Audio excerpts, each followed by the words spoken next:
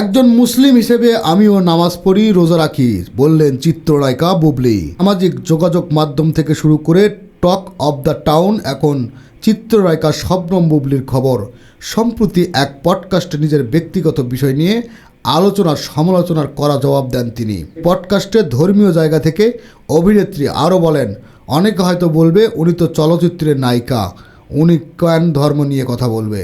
কেন বলবো না? একজন মুসলিম হিসেবে আমিও তো নামাজ পড়ি, রোজা রাখি, রোজা রেখেও আমরা কাজ করি, সেটা আমার আর আমার আল্লাহর সাথে আমার কানেকশন।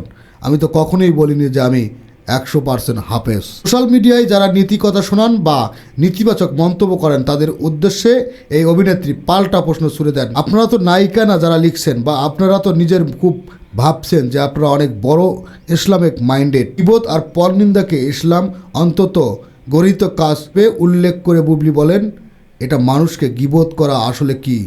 আমরা যারা চলচ্চিত্রের নায়িকা আছি সবাই বলতে পারে একজন নায়িকা হিসেবে আমাদের চলচ্চিত্র করা বা অভিনয় করা নিয়ে কথা তোলা হয়, কিন্তু সুদ খাওয়া, ঘুষ খাওয়া বা ব্যভিচার করার চেয়েও গীবত করা আরও বেশি খারাপ।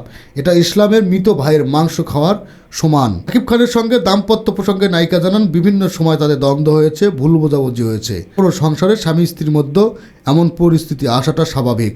আপাতত নিজেদের ঝামেলা মিটিয়ে ফেলার চেষ্টা করছেন দুজনে। বর্তমানে ভালো সময় কাটাচ্ছেন ঢালিউডের আলোচিত এই দম্পতি। বিভিন্ন বিনোদন নিউজ পেতে চ্যানেলটি সাবস্ক্রাইব করে পাশেই থাকবে।